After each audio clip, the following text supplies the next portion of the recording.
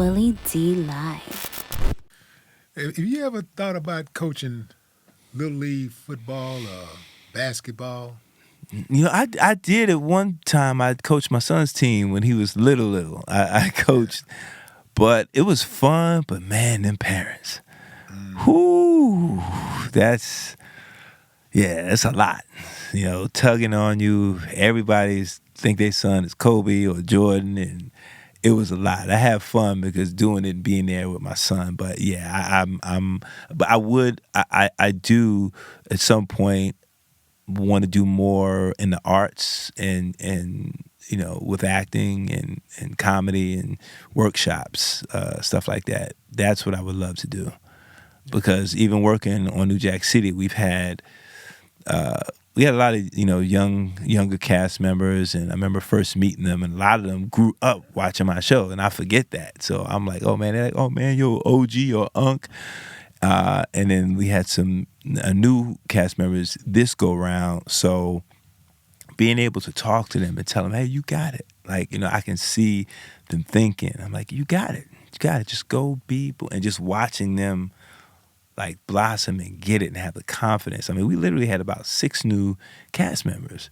And to see them come in and do their thing, man, it was beautiful to see. So I think that's kind of where my niche would be. Yeah. Man, you multi-talented, man. You got the dancing, you got the acting. And might I add this, the first dancer, hip-hop dancer, to transition out of hip-hop dancing into acting. I did that first. So what did you dance? Who'd you dance? Oh, Salt and Pepper. I was their main dancer. Did you do something with, was it Queen Latifah or something? A video.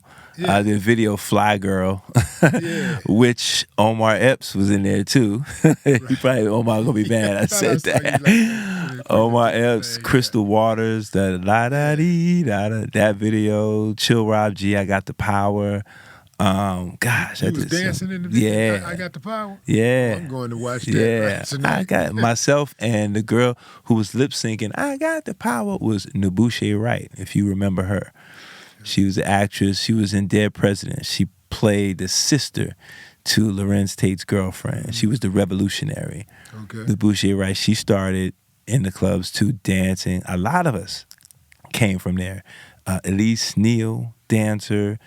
Josie Harris, Fly Girl, dancer, Big Let, like a lot of people came from dancing and made that transition. And you learned how to dance in Harlem. Oh man, Harlem. Boogie Down Bronx.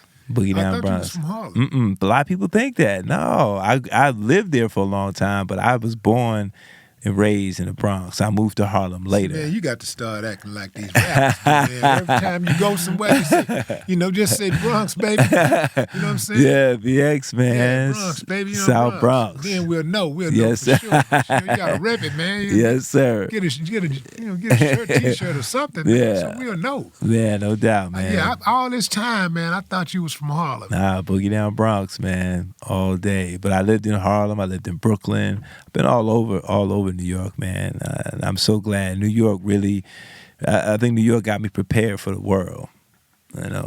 Who make the best rappers? The Bronx or Harlem? That's a tough one, man. Oh my gosh, I don't know. It's I can't say the best. I just, man, I love them all, man. I love them all. See, man, look, man, you could actually be a politician, man, because you ain't finna give nobody no ammunition. I ain't going, no. You gonna be able to still go up in that room. Hey, listen. This room is whatever, man. You know how to.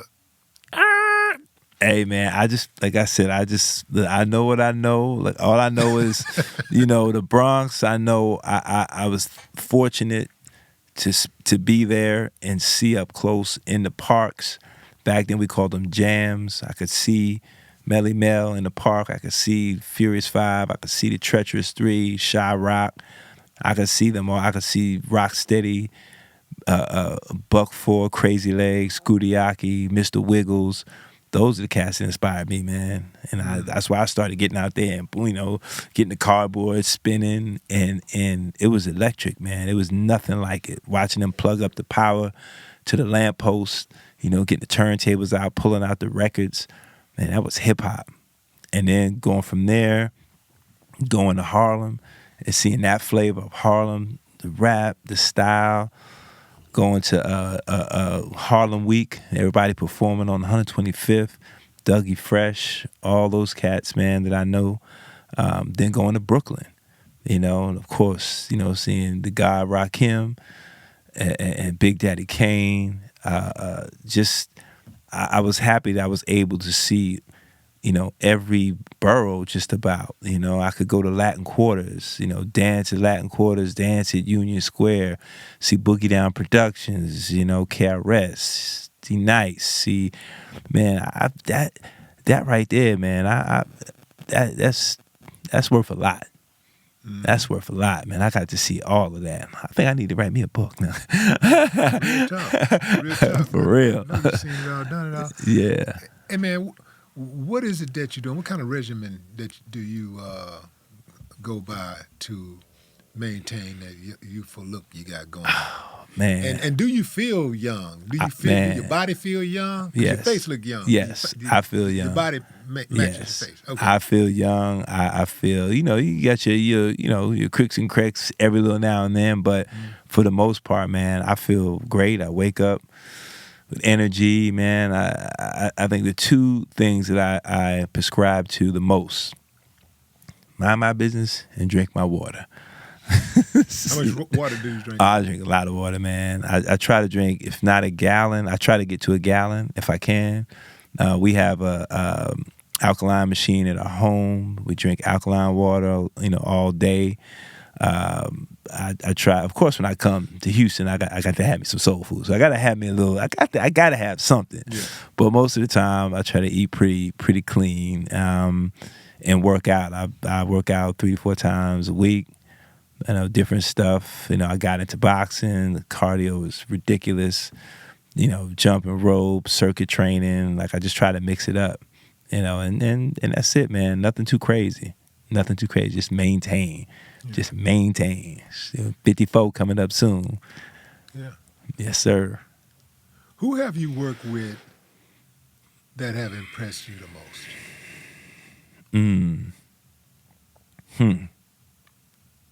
In the industry. First thing on my mind is probably Sam Jackson. Yeah? Yeah.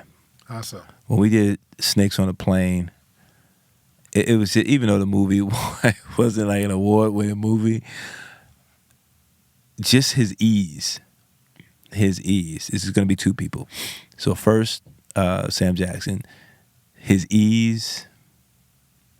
It didn't seem like he was even trying. And the thing that was crazy, we were shooting that movie, and then he was in his trailer, and he was preparing for the movie he did, Black Snake Moan.